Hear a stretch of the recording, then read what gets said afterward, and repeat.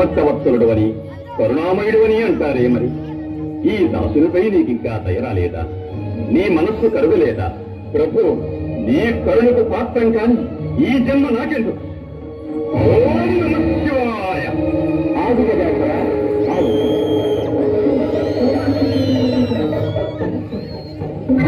స్వామి, ముక్కంటి దేవర, గౌరీ మనోహర, గంగాధర, కరుణించావా స్వామి, కరుణించావా? అనితర సాధ్యమైన నీ ఆరాధనకు సంతోషించాం.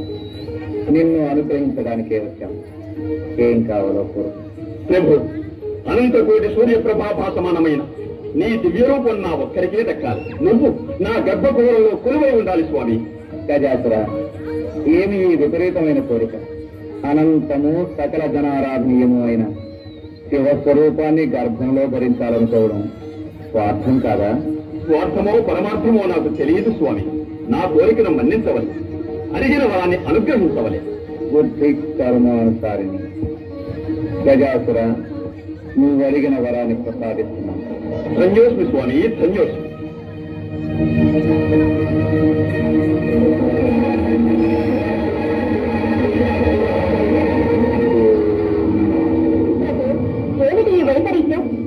శివ తేజస్సు గజాసురుని గర్భంలో బంధించబడి ఉంది.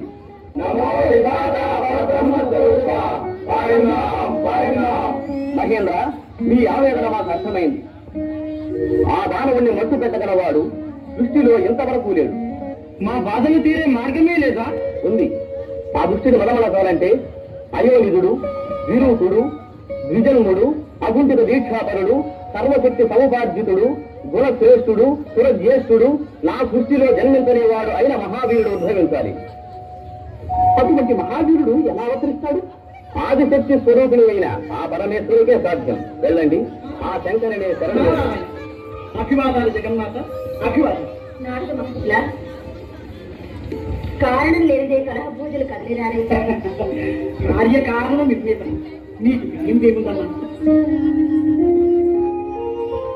అయోనిజుడు, విరూపుడు, ద్విజన్ముడు, అకుంఠిత దీక్షాపరుడు, సర్వశక్తి సముపార్జితుడు, గుణశ్రేష్ఠుడు, సురజ్యేష్ఠుడు మహావీరుడు అవతరించారు.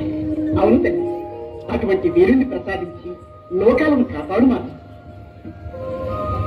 సర్వసులక్షణ శోభితుడైన పుత్రునికి తల్లిని కావడం కంటే మాకు మాత్రం కావాల్సింది ఉంది. మేము దేవగణాలతో వెళ్ళి పరమేశ్వరుని బంధవిముక్తికై ప్రయత్నిస్తాం. మా ప్రయత్నానికి నీ ప్రయత్నము కలిస్తే కానీ కార్యం చేస్తాం.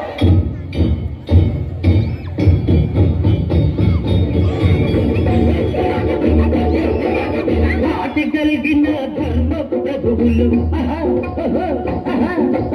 మాట చెప్పని మహారాజులు,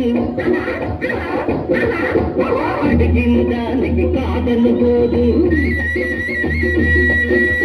అడిగిన దానికి కాదను పోదు, ప్రాణమైన తరై చేస్తాడు. పరమ శివుని నిజ గర్భములో, పరమ శివుని నిజ గర్భములో దాచుకున్న శివ భక్తులు మీరు. అలా మీ ప్రదర్శన మనకు మెచ్చినాం. మీకు ఏమి కావాలనో కోరుకోను. మేము అందరిలాంటి యాచకులము కాము. జంగమయ్య భక్తులము స్వామి. మీ కడుపులో దాచుకున్న లింగమయ్యను మాకు ప్రసాదించండి. ఏమిటి విపరీతమైన కోరిక? మీరు గంగేశ్వర కాదు.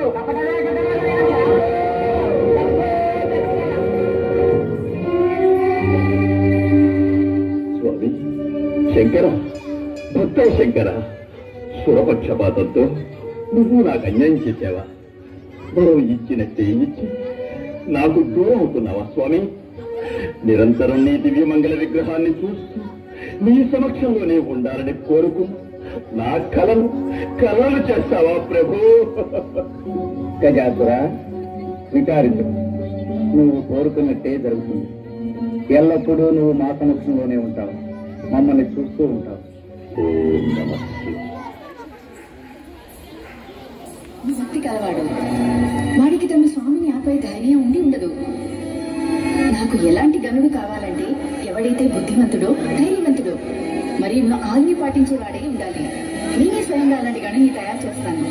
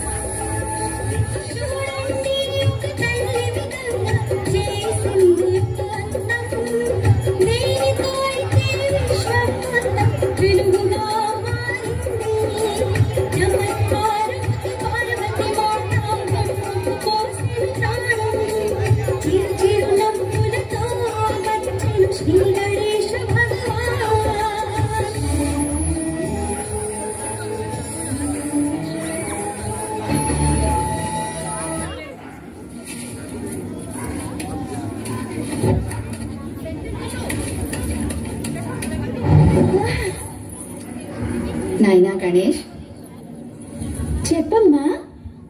చూడు నాయనా, నేను స్నానాల గదిలో స్నానం చేయడానికి వెళ్తున్నాను. నువ్వు ద్వారం దగ్గర కూర్చో.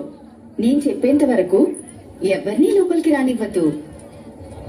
ఆజ్ఞమాత, నేను ఎవరినీ లోపలికి రానివ్వను. మీరు నిశ్చింతగా వెళ్ళి స్నానం చేయండి.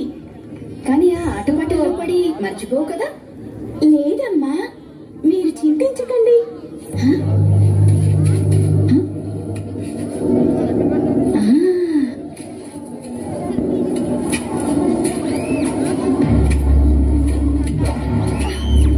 క్షమించండి ప్రభు, మీరు లోపలికి వెళ్ళకూడదు.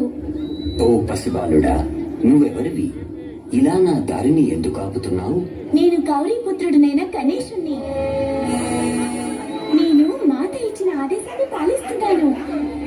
ఆమె ఆదేశం ఏమిటంటే ఆమె ఆజ్ఞాపించేదాకా ఎవరిని లోపలికి పంపొద్దని.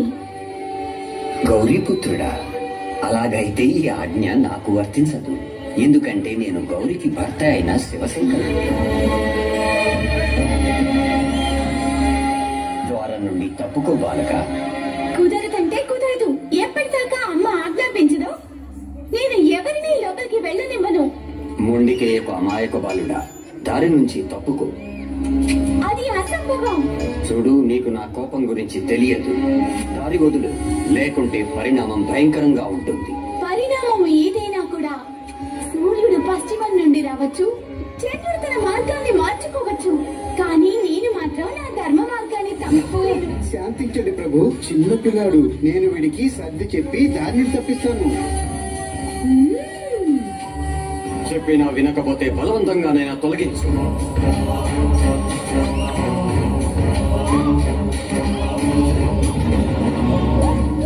నాయనా గణేష్, నీకు నా స్వామి కోపం గురించి తెలియదు.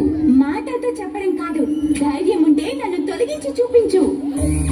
నన్ను రెచ్చగొట్టొద్దు, చెప్పేది విను. తిరిగి పంద వినువు, తిరిగి పంద. ఓహో, అలాగైతే నా శక్తిని ఎదురుకొని చూపించు.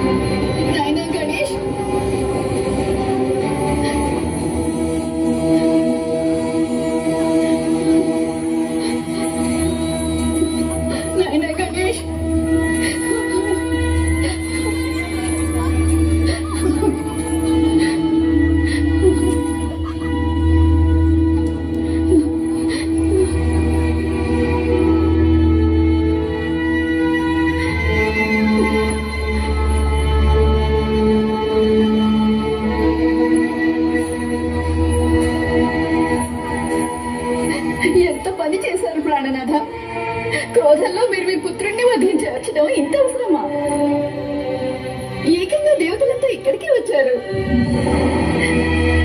చెప్పండి, మీరంతా మౌనంగా ఎందుకున్నారు? మీ క్రోధం శాంతించిందా? లేకుంటే నా ప్రాణాలు కూడా తీసుకోండి. నాకు నా పుత్రుడు ఎలాగైనా కావాలి, ప్రాణంతో. మీరు వీడికి ప్రాణదానం చేయాల్సిందే, లేకుంటే నేను కూడా ప్రాణాలని తెగిస్తాను. క్షమించు దేవి, ఇది అసంభవం. అయితే నేను జీవించి ఉండడం కూడా అసంభవమే. మీరు కానీ ఇప్పుడే నా పుత్రుడికి పునర్జీవనం ప్రసాదించకపోతే నేను నా ప్రాణాల్ని త్యగిస్తాను. మీరు మీ కోపంలో మీ పుత్రుడిని వధించారా భోలేనాథ్? ఇప్పుడు మీరు దేవి పార్వతి యొక్క కోరికను స్వీకరించి బాల గణేశునికి తిరిగి జీవం పోయవలసిందే. వాస్తవంలో దేవి పార్వతి ఆగ్రహం అనుచితం కాదు. క్రోధంలో మరి మీరు చేసిన పనికి ఇక ఇదే సరైన ప్రాయశ్చిత్తం భోలేనాథ్. అహంకారం త్యాగించి దేవి పార్వతి యొక్క ప్రార్థనను స్వీకరించండి భోలేనాథ్. బ్రతికించడం సాధ్యం కాదు.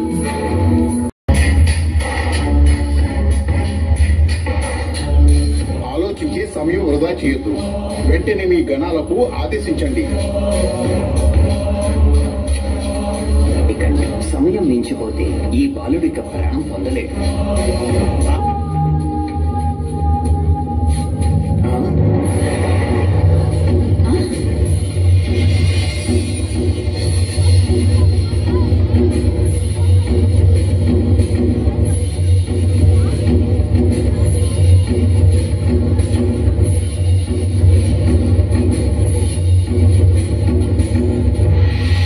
ఓరి మూర్ఖులారా, ఏం తీసుకొచ్చారు? ప్రభు, మీరిచ్చిన ఆజ్ఞ ప్రకారం మాకు ఈ బాలుడు ఒక్కడే లభించాడు. మేము అతని శిరస్సునే తీసుకుని వచ్చాం. ఏనుగు శిరస్స? ఆలోచించడానికి ఇది సమయం కాదు భోలేనాథ్. వెంటనే ఈ శిరస్సును అతికించి బాల గణేశునికి జీవనదానం చేయండి.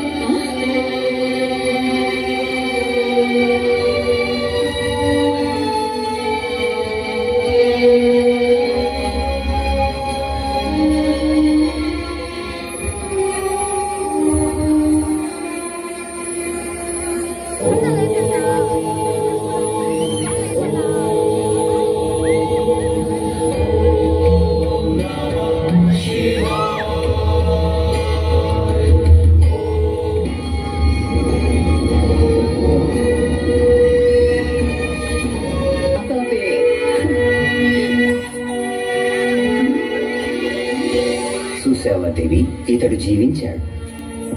మీరు ఇతనికి ప్రాణాలైతే ఇచ్చారు ప్రభు, కానీ ఏ రూపంలో? దీన్ని చూసి అందరూ ఎగతాళి చేస్తారేమో.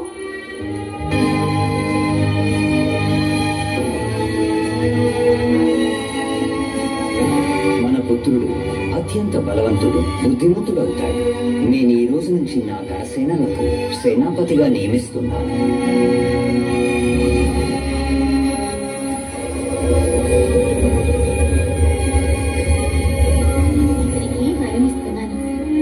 ఎప్పుడైనా ఏ శుభకార్యం జరిగినా మొట్టమొదటిగా గణేశునికి పూజ చేస్తారు.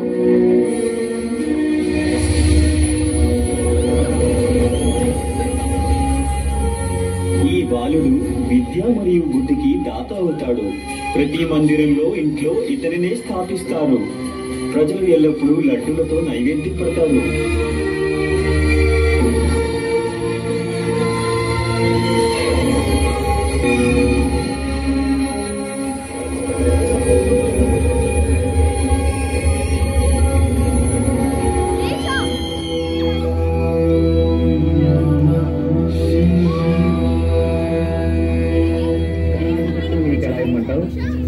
ఏనారదా?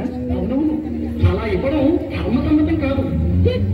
ధర్మం పదవి ఇవ్వవలసింది అర్హత గాని వయసు కాదు. ఆ మాట నిజమే. అంటే గజానికి అర్హత లేదంటారా? నారాయణ నారాయణ, ఆ మాట ఎవరనగలదు? గణాధిపత్యం కోసం కలహం కావాలంటే ఆ పదవి నీవే పరిగ్రహించు. దానంగా పరిగ్రహించవలసిన అగత్యం మాకు లేదు. ఎవరు సమర్థులో నిర్ణయించి వారికి ఏమవుతున్నా. అయితే పెద్దల నిర్ణయానికి కట్టుబడి ఉన్నాము. అవశ్యం మేము పెట్టే పరీక్షకు మీరిద్దరూ సిద్ధమేనా? అయితే మరి మీరు ఎవరు ముమ్మారు విశ్వప్రదక్షిణం చేసి ముందుగా వస్తారు వారే గణాధిపత్యానికి అగ్రజ విన్నావు కాకుండా చూద్దాం ముందెవరు వస్తారు.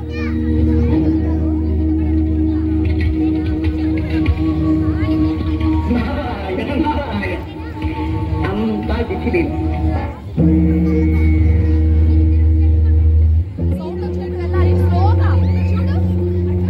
మీలో ఎవరు ముమ్మారు విశ్వప్రదక్షిణం చేసి ముందుగా వస్తారు వారే గణాధిపత్యానికి అర్హులు. ఎందుకమ్మా ఇలాంటి పరీక్ష పెట్టాను? కుమారుల వల్ల నాకు తగిన వాహనమూ లేదు, అతనికి ఉన్నంత శరీర లాభమూ లేదు. మరి విశ్వ ప్రదక్షిణం ఎలా చేయమంటావా? అమ్మా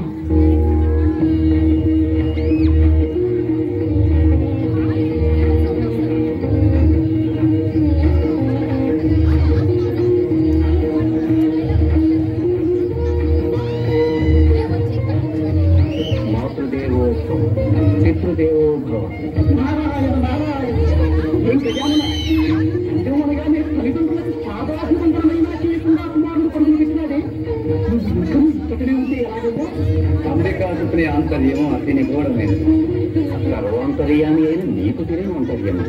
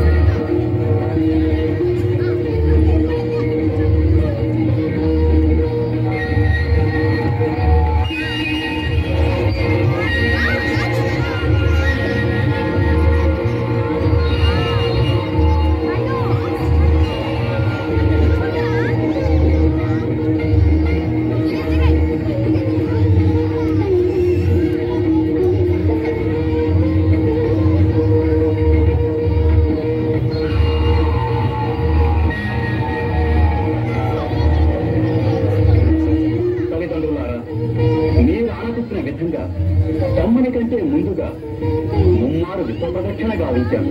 నారాయణ నారాయణ, ఇక్కడే మాటల ముందే ఉన్నావు. విశ్వాన్ని ఎప్పుడు ఎలా చుట్టుకొచ్చావయ్యా? నారదుని సందేహం లోక సందేహం. ఈ సమాధానం వినాలని మాకు కుతూహలంగా ఉంది. పెద్దలు, ధర్మశాస్త్రజ్ఞులు, నీకు తెలియనిదే ఉన్నది, అయినా విను.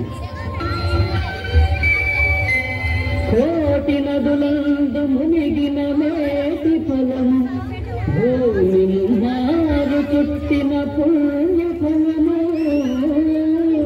బుద్ధిలో పరీక్షలు చేయించా. ఆ దంపతులు ఏమంటారు? ఆ గణాధిపత్యం గజాననునికే ఇవ్వాలి, అగ్రజుడే జయించాడు. కుమారా, అహంకారంతో ప్రవర్తించినందుకు నన్ను క్షమించండి. ఇప్పుడు మనసారా నా ఓటమి ఒప్పుకుంటున్నాను. కానీ నాదొక చిన్న సందేహం. ఏమిటది కుమారా? అగ్రజులకు శరీర లాభము లేదు, వాహనము లేదు, మరి నాకన్నా ముందుగా విశ్వాన్ని ఎలా చుట్టి రాగలిగాడు అని. కుమారా, అదే కానీ సందేహం. అదే ఆ సందేహాన్ని కాకపోతే నివృత్తి చేస్తాడు. తమ్ముడు, నిజానికి నేను కైలాసంలోనే ఉన్నాను. మాతాపితరులకు మాత్రం ముమ్మారు ప్రదక్షిణ చేశాను. అంటే వారి ప్రకృతి పురుషుడు, వారికి అనేక వారిని సృష్టి ఏర్పడింది. వారికి ప్రదక్షిణ చేస్తే విశ్వాన్ని చుట్టివచ్చినట్టే కదా. ఆ ప్రకృతి పురుషుల సంయోగ స్వరూపం ఏ విధంగా ఏర్పడింది, సమస్త లోకాలు తీర్థాలు వారిలో ఎలా ఎండి ఉన్నాయో చూడు.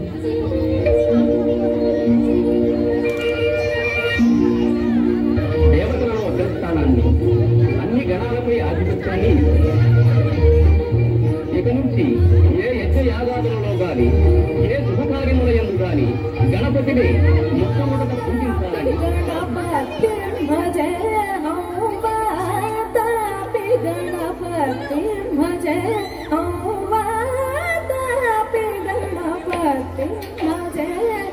అక్క ఇట్లా కదక్క, కొత్తగా ట్రెండీ ఉండాలి. అవునా? అయితే ఇక చూసుకోరా.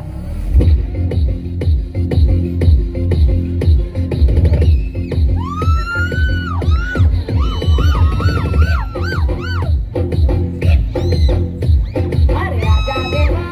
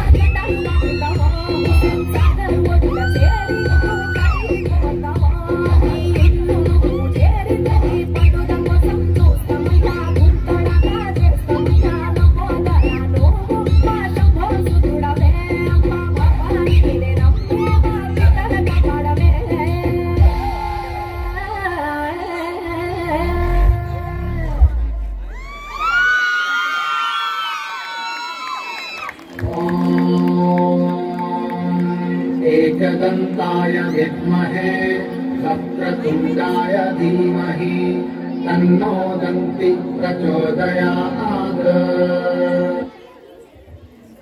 అద్భుతం. జై బలో గణేష్ మహారాజ్ కి. చిన్నారులతో ఇంత అద్భుతంగా ఈ దృశ్య నిరూపకాన్ని ప్రదర్శించినటువంటి వీళ్ళకు సహాయం చేసినటువంటి ఆ తల్లులందరినీ కూడా పైకి వెళ్ళండి. వాళ్ళతో పాటు అందరూ ఒక్కసారిగా ప్లీజ్. ఎంతో శ్రమతో వాళ్ళని ఈ విధంగా తీర్చిదిద్ది ఒక దృశ్య